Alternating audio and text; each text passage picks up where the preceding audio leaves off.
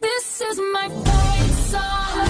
Take back my life song. Prove I'm alright song.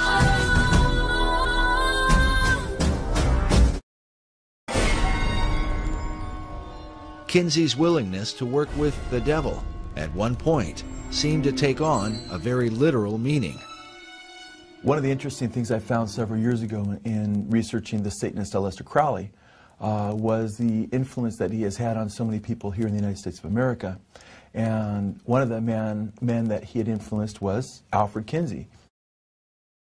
After publishing his male and female reports, Kinsey began to travel abroad and study sexuality in foreign countries. In his book, Kinsey co-author Wardell Pomeroy wrote that Kinsey went looking for a prized item, the diaries of Aleister Crowley. Crowley died just a year before Kinsey's book came out. Crowley was a famous and highly controversial British occultist in the early part of the 20th century. His sexual exploits in bizarre and sometimes deadly satanic rituals had been exposed in the London newspapers.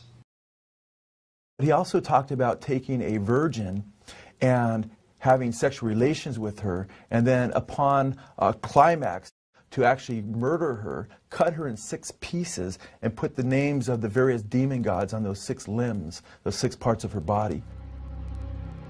Taking the name for the Antichrist in the Bible, Crowley called himself the Beast 666.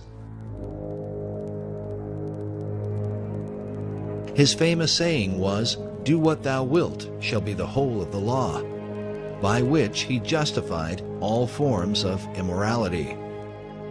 Crowley had a sex temple and had practiced group sex and orgies and what have you, and so-called sex magic. Crowley was into pedophilia. He was into justifying his pedophilia. In fact, he had said, "Let me seduce the boys of England." He wanted to seduce them, and then he starts talking about sodomy and it should be acceptable.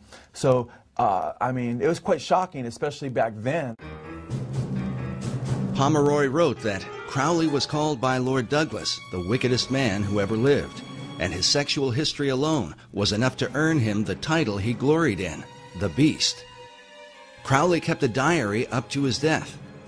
2 weeks after Kinsey tracked down these papers in England, he found himself in the temple that the Beast had founded in Sicily. Kinsey is pictured here inside Crowley's temple, known as the Abbey Thelema, where he performed his satanic rituals. On the wall is a picture of Crowley himself, while across from Kinsey is another man named Kenneth Anger. Anger was a close acquaintance who appeared in some of Kinsey's sex films, made in the attic of his Bloomington home.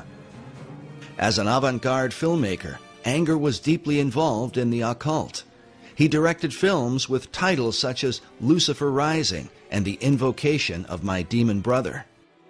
Kenneth Anger is a co-founder of Anton LaVey's Church of Satan, and Kenneth Anger also was, had a penchant for younger men, for sure. Bobby Beausoleil was his live-in boyfriend. That's the same Bobby Beausoleil that committed the first murder, killing Hinman for Charles Manson. That was his live-in boyfriend. He played Lucifer in one of his occult movies that extolled the virtues of Aleister Crowley's magic and what have you. In this image from one of Anger's films, we see Bobby Beausoleil, who would later become one of Charles Manson's killers. He's standing next to a doorway with Crowley's maxim, "Do what thou wilt," painted on the door. A phrase that certainly fit with Kinsey's own view of human sexuality. Pomeroy even admits that Kinsey loved Crowley's writings, including specifically mentioning some of his homosexual erotica. One of his books called White Stains. Kenneth Anger is quoted saying that Kinsey was obsessed with obtaining the Great Beast's day-to-day sex diaries. To obtain grant monies and maintain the support of the university, Kinsey needed the excuse of research to validate his 24 hours a day obsession with sex. However, Kinsey's battle cry of "do your best and let other people react as they will" seemed a variation on Crowley's "do what thou wilt" maxim. An older Kenneth Anger is pictured here, with the name Lucifer tattooed on his chest. So important was Anger's relationship with Kinsey that to this day, the Kinsey Institute Library features a Kenneth Anger collection with an archive of Anger's films as well as the correspondence between him and Alfred Kinsey. Should America be disturbed that the father of her sexual revolution, who changed American law and laid the foundation for sex education, had such associations? If America continues to be influenced by Kinsey, what will it mean for her future?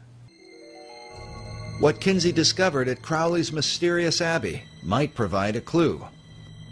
Pomeroy writes that Crowley's curious magnetism drew people from all over the world, who came and became his sexual slaves. Some of these women left their husbands to enter the temple. They held group orgies as part of their ritual and included in them the small children the women had brought. He further reveals that inside the abbey, Kinsey found paintings, life-sized representations of sexual activity, including children. Some have considered the possibility that Aleister Crowley was another of Kinsey's pedophiles who kept his diaries as part of Kinsey's sex research. I would be surprised if Kinsey was not, in fact, either paying or communicating with Crowley regarding his sex diaries, because Crowley was more open and more public with his sexual exploits than pretty much anybody of the time. He was known as the wickedest man on the earth long before Kinsey would have gone to him. He was far more accessible than, say, a Nazi officer in Germany to Kinsey, and as ugly as Crowley was to so many people, he wasn't nearly as known, or there wasn't the reputation that there was with the Nazis. And at the same time, Crowley could have used the money in the 1940s. He had, he wasn't as rich as he was. He had spent a lot of his money, so he would have been more open to that. And then to see that Kinsey was actually reading Crowley's stuff, we know that from Pomeroy. And it would be hard to believe that he wasn't already working with Crowley and encouraging Crowley to continue on with his sexual exploits. One way or another, the net effect is the same. Kinsey was fostering much of the same revolution that Crowley had begun over in England, and was helping continue what Crowley hoped would take place in the United States of America.